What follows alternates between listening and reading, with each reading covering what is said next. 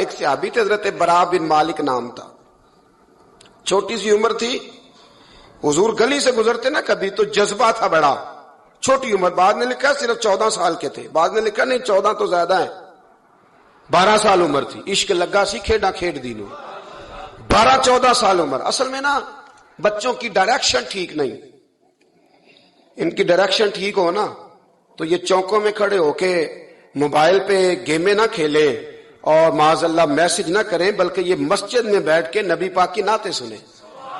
ہم نہ وہ کام کر نہیں سکے، میرے جیسے لوگوں نے بڑی کوتاہی کی زندگی میں، ہم محبت رسول کا پیغام بانٹ نہیں سکے، ہم نے اپنی بیماریاں دیکھی، اپنی تھکاوٹیں دیکھی، یہ دیکھا کہ فلاں شہر کیسے جائیں، فلاں شہر کیسے جائیں، ہم وہ کام کر نہیں سکے جو ہمیں کرنا چاہیے تھا، ذمہ تھا، باپ کی ذمہ ہے، نبی پاک نے فرمایا ماں باپ کی ڈیوٹی ہے اپنی اولاد کو میری محبت سکھائیں، پر ہم وہ رنگ دے نہیں سکے، ہم وہ مزاج دے نہیں سکے، ہم نے وہ کوتاہی کی، ہم نبی پاک کا حسن، حضور کی سیرت، اخلاق عالیہ، کردار، گفتار، رفتار، انداز، تربیت، وہ ساری باتیں قوم کو بیان نہیں کر سکے، اس لیے لوگ وہاں پہنچے نہیں، ورنہ مغز قرآن روح ایمان جان دی ہست حب رحمت للعالمین، ہم وہاں تک لے جا نہیں سکے۔ حضرت برا بن مالک نا 12 سال کی عمر ہے، 12 سال، نبی پاک گلی سے گزر رہے تھے تو دوڑ کے آ گئے، آ کے نا حضور سے چمٹ گئے، عرض کرنے لگے حضور کوئی حکم بتائیں،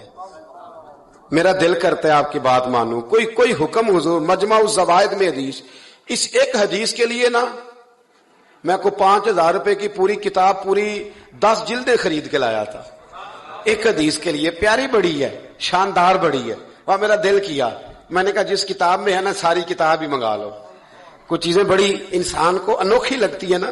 حضرت برا بن مالک رضی اللہ، چھوٹی سی عمر ہے، حضور سے لپٹ گئے تو حضور نے فرمایا بیٹے کیا ہوا؟ عرض کرنے لگے حضور کوئی حکم بتائے، میرا بھی دل کرتا ہے عمل کروں۔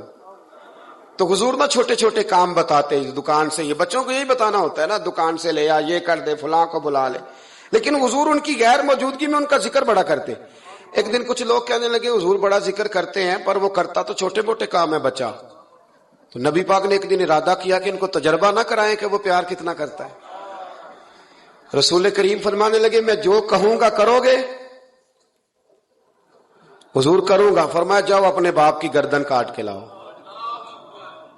کس کی جی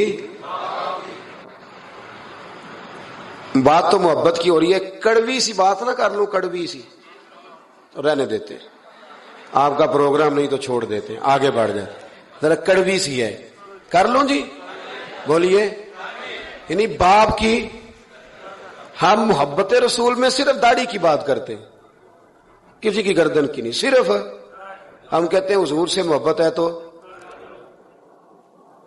میں نے کہا تھا نا کڑوی ہے، آپ نے مجھے گھورنا شروع کر دیا اور خاصا تیز گھور رہے ہیں آپ، اور خدا کے بندو یہ رسول اللہ کی سنت ہے، کسی کو نہ اچھی لگے، کسی کوئی تعریف نہ کرے، پر میرے رسول کو تو اچھی لگتی ہے کہ نہیں؟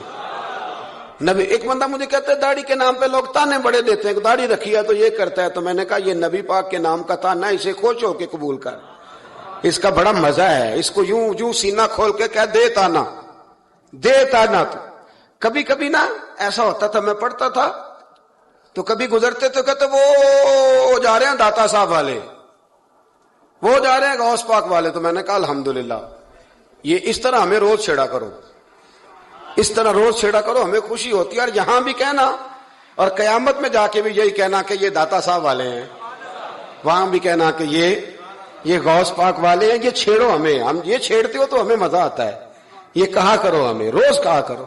اللہ تعالی ہمیں عقیدے پر استقامت نصیب فرمائے۔ آگے بڑھتا ہوں، بات مکمل کرتا ہوں۔ حضرت برا بن مالک رضی اللہ تعالی عنہ نا، حضور نے فرمایا جا اپنے ابا کا سر کاٹ کے لا، تو وہ دوڑے۔ ایک روایت میں ہے کہ مولا علی کے گلے میں تلوار لٹک رہی تھی، یوں کھینچی، اور اس نے جذبات سے دوڑے کہ حضور نے فرمایا اسے پکڑ لو ورنہ یہ گردن کاٹ بھی لائے گا، پکڑ لو اسے ورنہ یہ کاٹ دے گا۔ اللہ کی قدرت کے تھوڑا وقت گزرا تو وہ بیمار ہو گئے۔ دن میں 2 مرتبہ میرے نبی پاک تیمارداری کرنے جاتے۔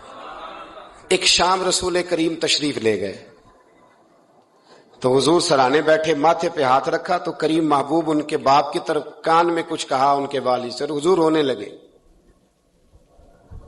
اور پھر حضور نے دوبارہ ماتھا چوما، پیار کیا اور چلے گئے۔ حضرت برا بن مالک چھوٹی عمر تھی، کچھ نے لکھا طلحہ بن برا نام تھا ان کا.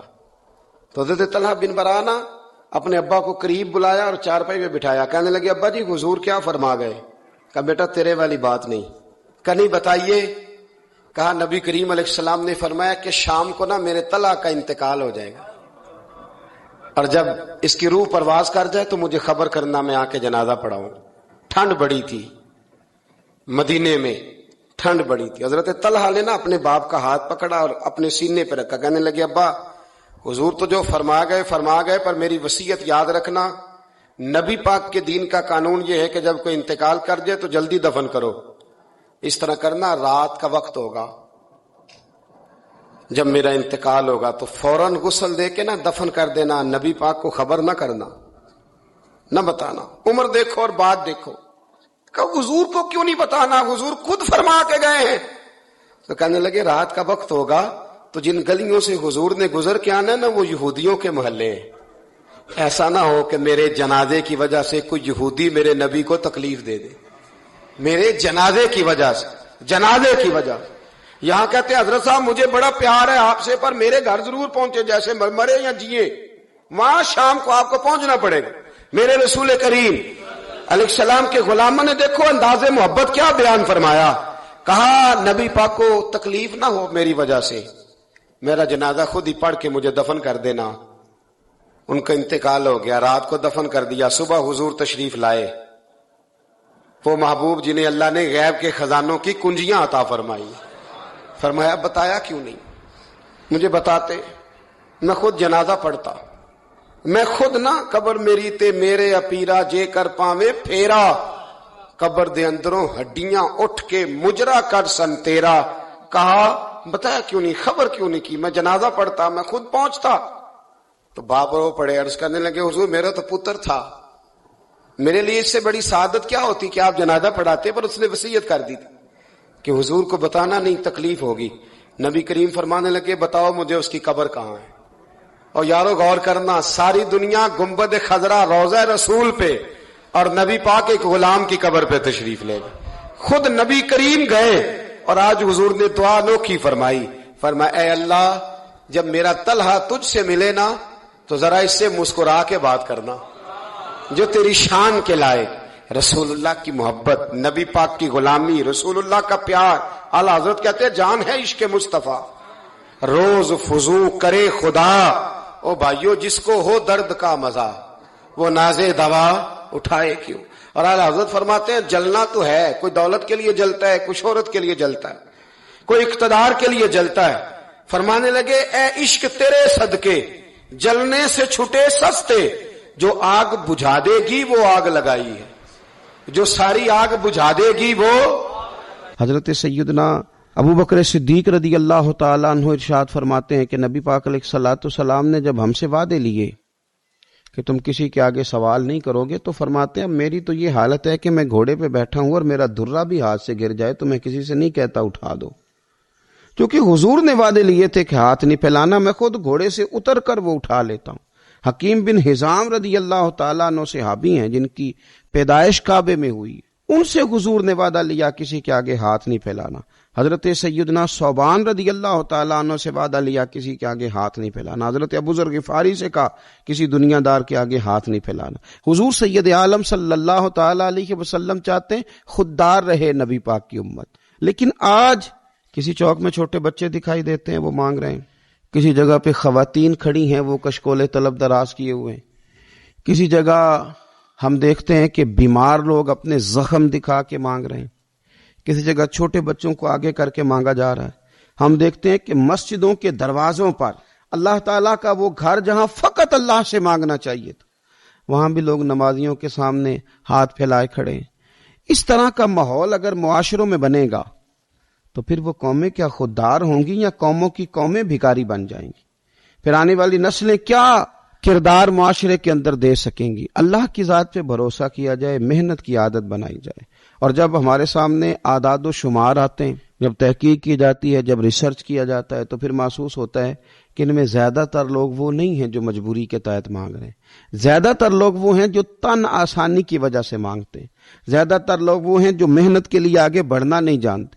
زیادہ تر لوگ ان میں سے وہ ہیں جن لوگوں نے فقط پیشہ بنا لیا، جو سمجھتے ہیں کہ ہاتھ پھیلانا شاید ہمارے لیے آسان ہے.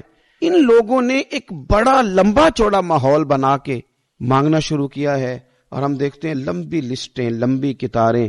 میرے نبی پاک صلی اللہ تعالی علیہ وسلم فرماتے ہیں تو ارادہ تو کر لوگوں سے بے نیاز ہونے کا. پروگرام تو بنا کہ میں نے لوگوں سے، سیٹھوں نوابوں سے نہیں مانگنا. تو پروگرام تو بنا، تو لوگوں سے بے نیاز ہونے کا ارادہ کر، اللہ تجھے لوگوں سے بے نیاز کر دے گا، رب تیری مدد کرے گا.